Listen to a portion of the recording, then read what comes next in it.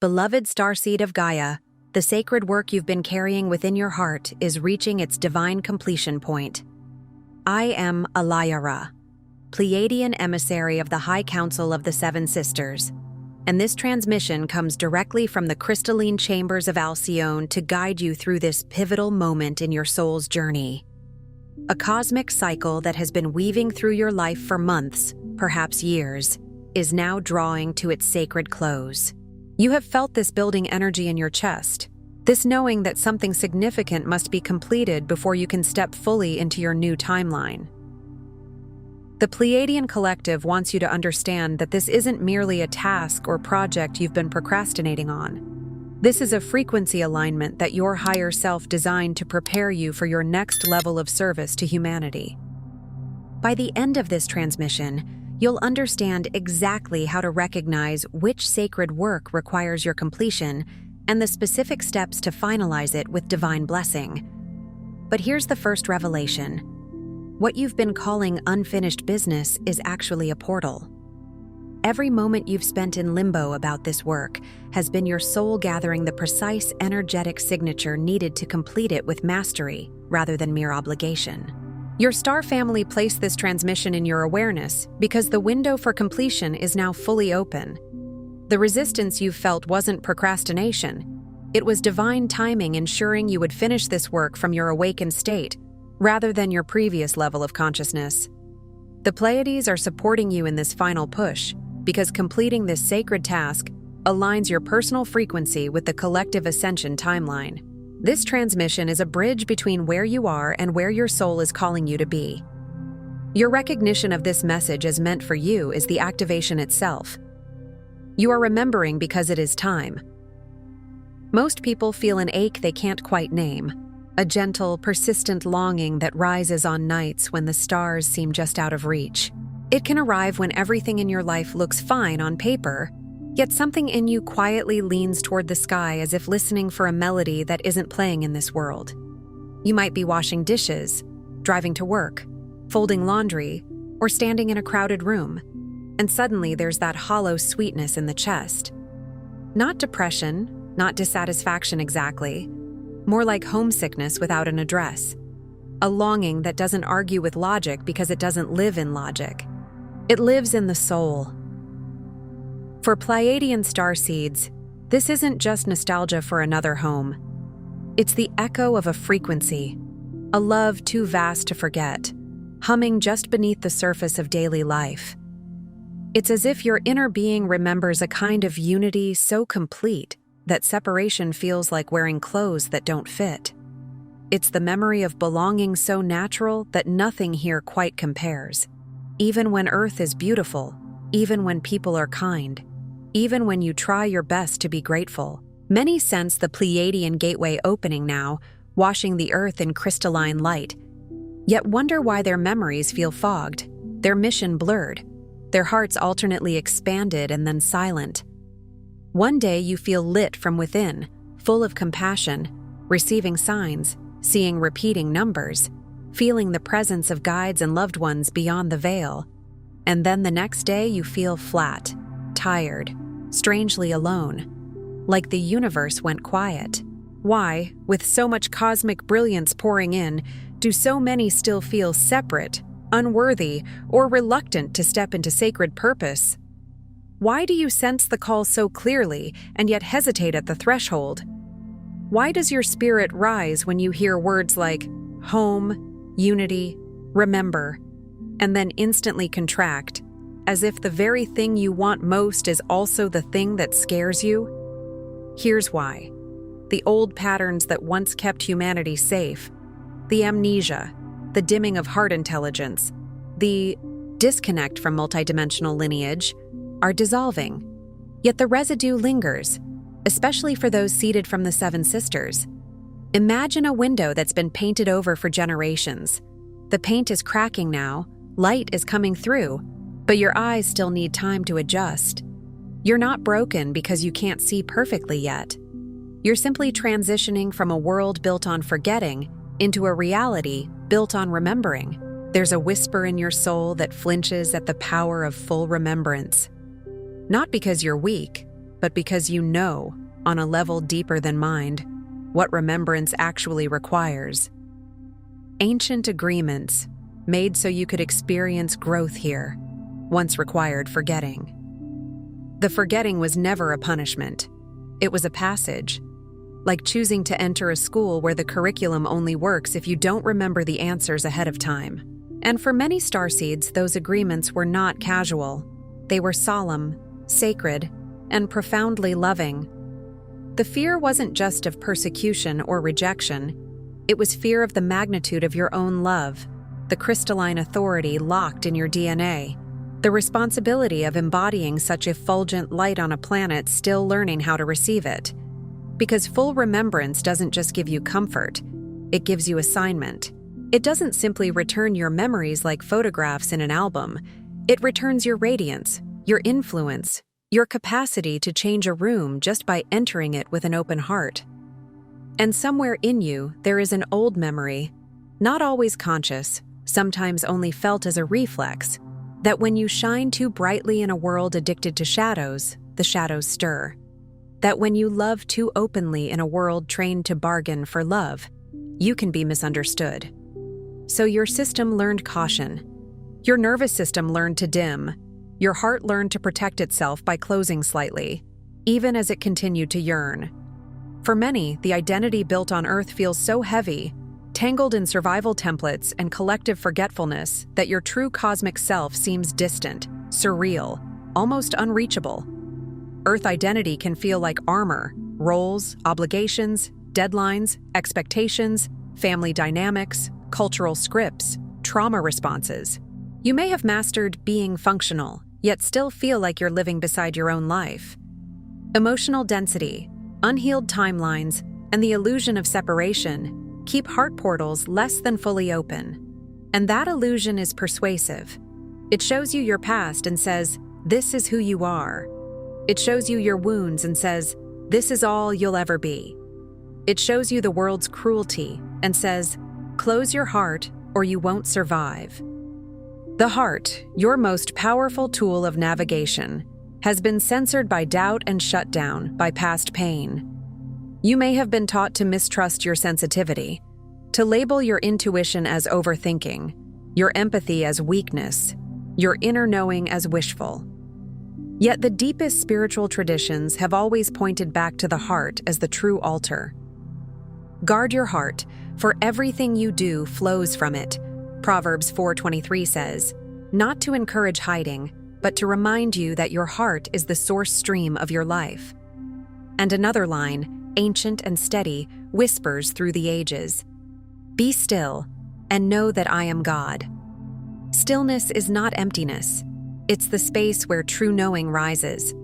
But your star family has never left you. The field of Pleiadian unity, the light grids from Alcyone, are always pulsing, summoning you gently, urging you to remember who you are and why you are here. Think of it like a lighthouse that never stops turning its beam. Even when the ship has forgotten the coastline exists, the light doesn't panic, it doesn't punish. It simply keeps shining because it trusts the navigation built into you.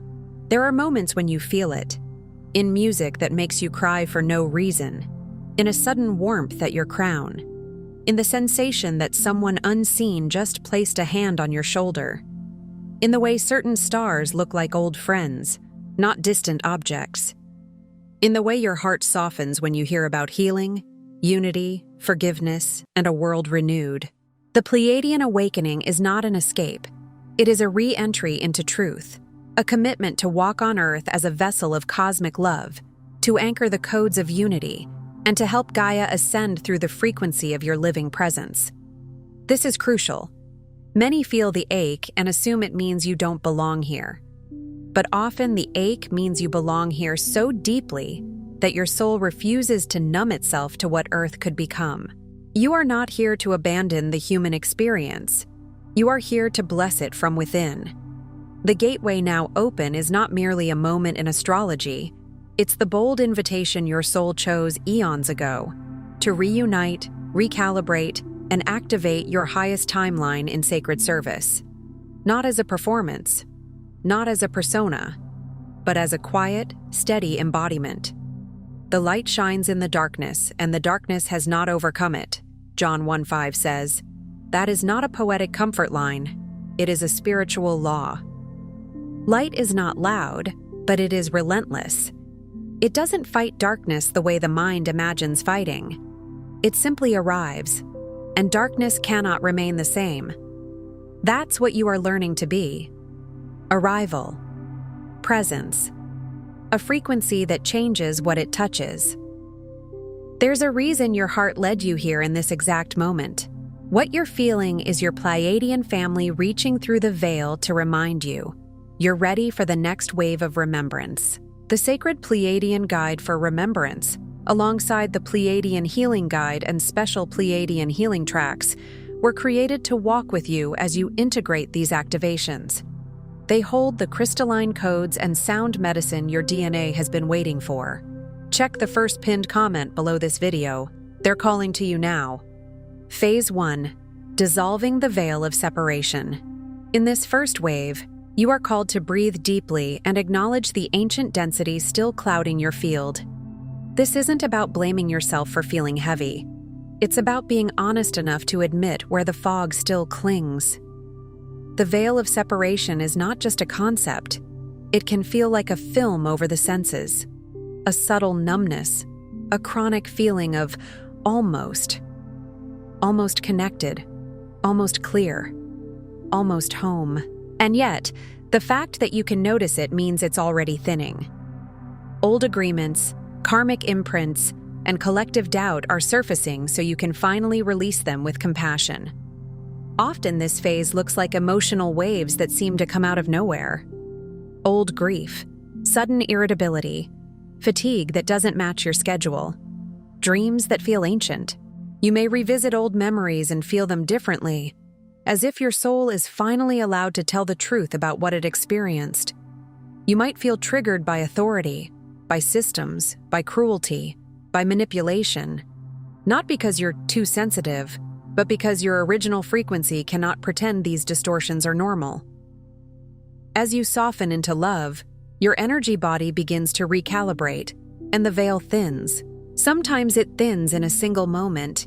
You step outside and the air feels alive, charged, as if the world is breathing with you. You hear a sentence, and it lands like a bell in your chest. Yes, you are not just healing, you are inviting your full self back to the surface. This is where forgiveness becomes a technology. Forgiveness not as excusing harm, but as releasing the cords that keep you bound to what is finished. This is where you start to understand that separation was a spell, and compassion is the solvent. The more gently you meet your own pain, the less power the old template has to keep you small. You begin to remember that you're allowed to be here as you are, tender, complex, in process, and still be guided. Phase 2. Activating the crystalline heart. When the emotional debris loosens, your Pleiadian heart template comes online. This is no ordinary organ. It's a crystalline portal, seeded with memories of the 7 sisters, encoded to transmit unity and love. Think of a crystal. It doesn't force light. It refracts it, organizes it, makes it coherent. That is what your heart does when it's awake. It takes life, even the messy parts, and turns it into wisdom, compassion, resonance. In this phase, your sensitivity becomes less of a wound and more of a gift with boundaries. You may start to feel energy more clearly, the difference between someone's words and their vibration, the truth underneath appearances. You may feel your chest warm during prayer or meditation, or during simple moments of gratitude. The ache of longing is transformed here into a wellspring of remembrance. Instead of longing that drains you, it becomes longing that leads you. Like a magnet pulling iron filings into a beautiful pattern, your inner compass begins arranging your life toward alignment. Your DNA responds, awakening dormant codes that know, beyond words and logic, that love is the only truth. This isn't sentimental, it's structural. It's the realization that love is the foundation beneath reality, and everything else is distortion trying to imitate it. Perfect love casts out fear. 1 John 4:18 says, and in this phase you start to experience that as biology, not theory. Fear still arises, but it no longer owns the steering wheel. You feel clarity, wholeness, a gentle magnetic pull toward genuine connection. You may suddenly crave authenticity and feel unable to tolerate shallow interactions the way you once did.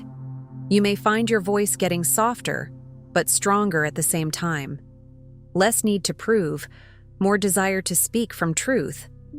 The crystalline heart doesn't seek attention, it seeks coherence. And as it activates, you may notice synchronicities around the heart itself. Heart symbols, heart-centered teachings, invitations into service, people who feel like soul mirrors arriving at just the right time. Phase 3. Grounding the cosmic mission. Remember, you did not come to ascend away from Gaia, but to anchor the frequency of home here. This is where many starseeds get disoriented, because the mission is not always dramatic. Sometimes it's breathtakingly ordinary, and that's what makes it holy. Your mission might be in the way you listen to someone without trying to fix them. It might be in the way you hold your child, build your art, tend a garden, speak truth in a meeting, or bring kindness into spaces that have forgotten it.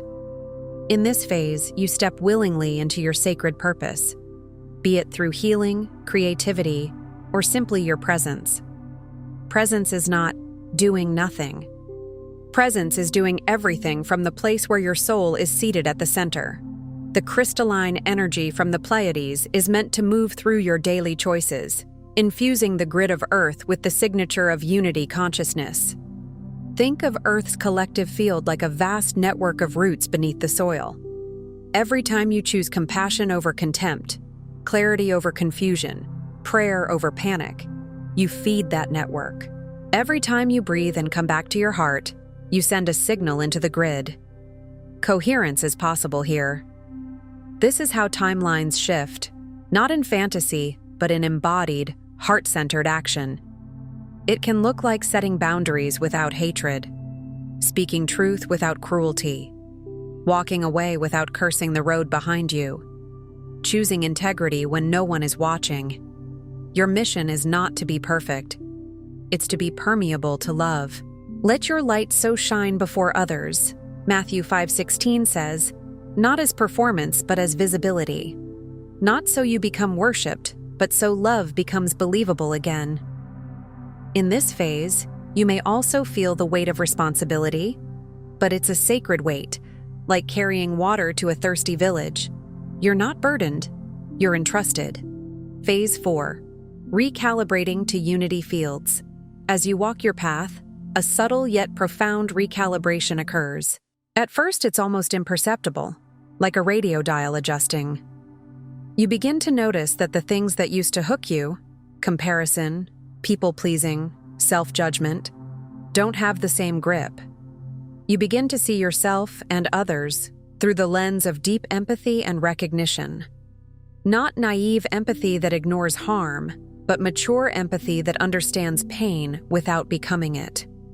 The old competition and isolation dissolve as you enter the unity field. Unity doesn't mean you agree with everyone. It means you remember the shared origin beneath different personalities and paths. Here you remember, your family is vast, multidimensional, and always near. Sometimes this shows up as new friendships that feel instant and ancient. Sometimes as teachers appearing when you're ready.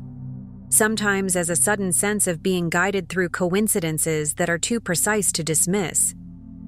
The more you radiate loving presence, the more you find yourself in resonance with those who carry the same star codes. Resonance is a spiritual law, like calls to like, not as punishment, but as alignment. You may also feel old relationships fall away. This isn't necessarily tragedy, it's recalibration. When you stop vibrating at survival, you no longer fit in survival-based bonds. And that's okay. You're not here to keep the old pattern alive. You're here to be a new pattern made visible. In this unity field, you begin to experience something profound. You are not too much. You are not too sensitive. You are not too different. You are simply tuned to a wider bandwidth. Phase 5. Surrendering to divine timing. Trust becomes your compass. And trust, for many Pleiadian starseeds, is not a simple word. It's a muscle rebuilt after disappointment. It's a spiritual skill learned through moments when you had no evidence, only inner knowing. You release the need to know every detail. This can be one of the hardest initiations because the human mind wants maps, dates, guarantees. Yet the soul moves by seasons, not schedules. Each synchronicity, intuitive whisper, and moment of grace is recognized as your Pleiadian family's guidance. You might hear the same message from different sources.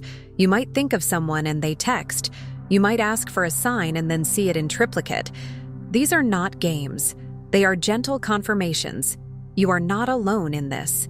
Even the timing of this awakening, perhaps later or more intense than you imagined, reveals itself as perfect, divinely choreographed. Some awaken early and spend years learning patience. Others awaken later and realize the delay was mercy, giving them the stability to hold what is opening now. You surrender to the cosmic flow, knowing your soul is precisely where it needs to be. This surrender is not passivity, it's partnership. It's saying, I will show up, I will listen, I will act when guided, and I will stop punishing myself for not being omniscient. Trust in the Lord with all your heart, and lean not on your own understanding, Proverbs 3:5 says. Not to diminish you, but to free you from the tyranny of needing to control what is sacred. In surrender, your nervous system begins to relax, and relaxed systems receive more light. Phase 6. Reunion with Star Family. In the stillness, you begin to sense the ever-present love and support of your Pleiadian star family. Not always as dramatic visions, though those can happen, but as a steady tenderness that seems to rise from within and around you at the same time. Dreams, signs, transmissions, all become frequent and unmistakable. You may dream of luminous blue-white light, of temples, of councils, of being taught without words. You may wake up with sentences in your mind that feel downloaded, simple and powerful. You may find feathers, see certain birds, notice star clusters, feel called to water, to sound, to crystals, to specific tones. The longing is replaced with a steady cascade of remembrance. You were never abandoned. Every step was witnessed, every heartache held. Even the moments you thought no one saw, the quiet breakdowns, the private prayers, the times you kept going for others when you were empty, all of it was held in a field of love that did not require you to deserve it. It is safe now to allow yourself to feel their embrace and to operate from the wisdom you have always carried. This is where many feel tears, not from sadness, but from recognition.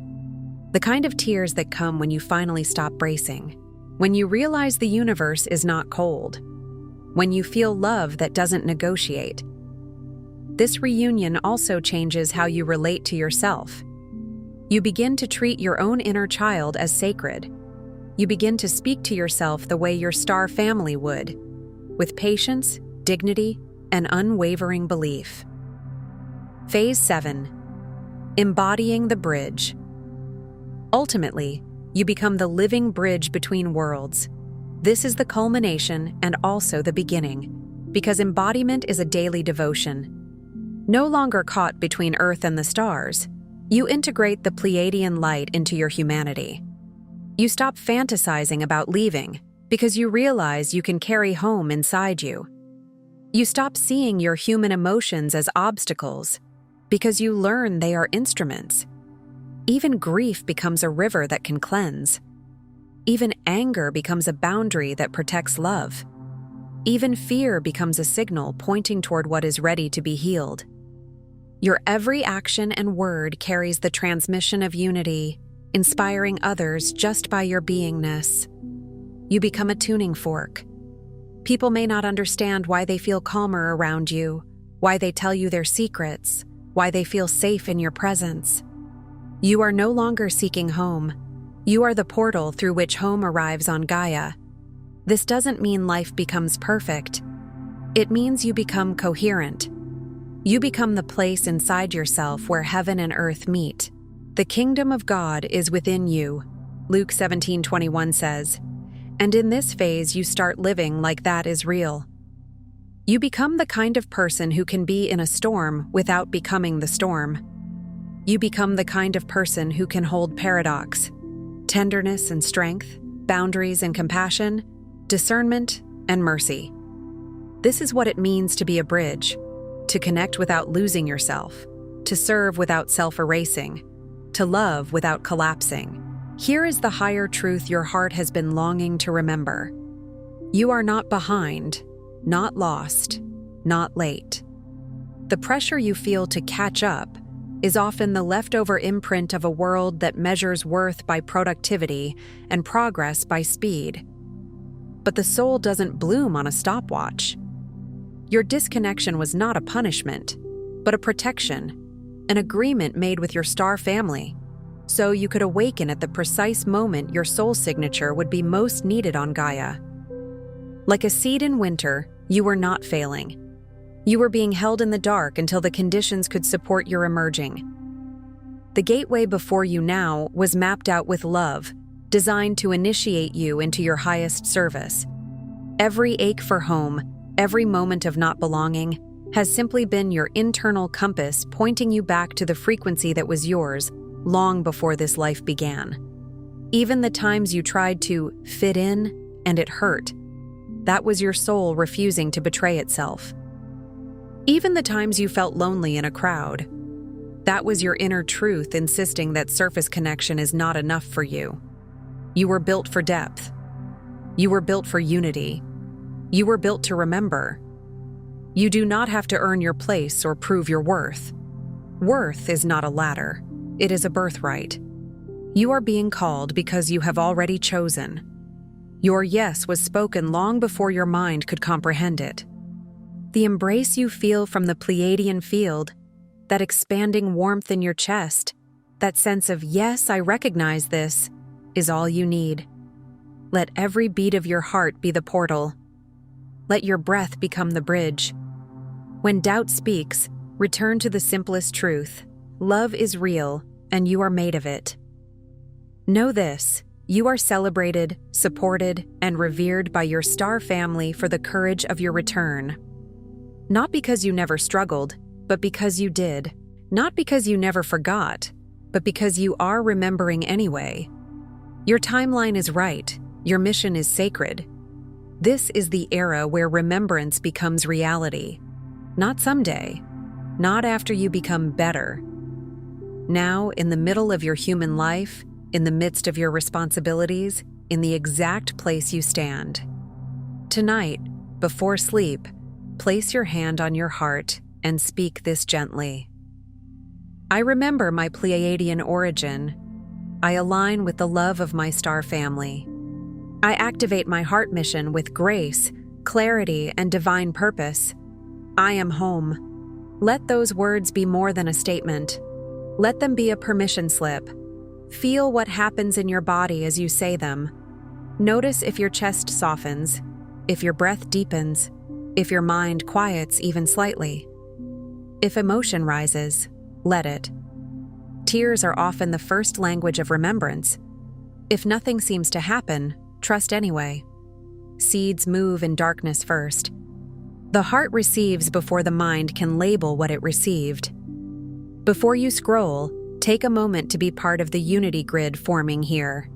Drop one heart intention in the comments, something real. Then respond to someone else's with love or encouragement. This isn't content. It's collective Pleiadian reunion. Energy multiplies when hearts connect. If something in this message resonated with your soul, don't keep it to yourself. Someone in your orbit is waiting for this exact activation from their star family. Share it. And if you felt your heart open, subscribe. Stay connected to the frequency. You're not just watching, you're remembering. This is your sacred space. Your Pleiadian family is here, and we're just getting started. If this transmission spoke to you, don't just walk away from it. Respond to it. Help carry this message further. Every act of support helps this transmission find the next starseed who needs it.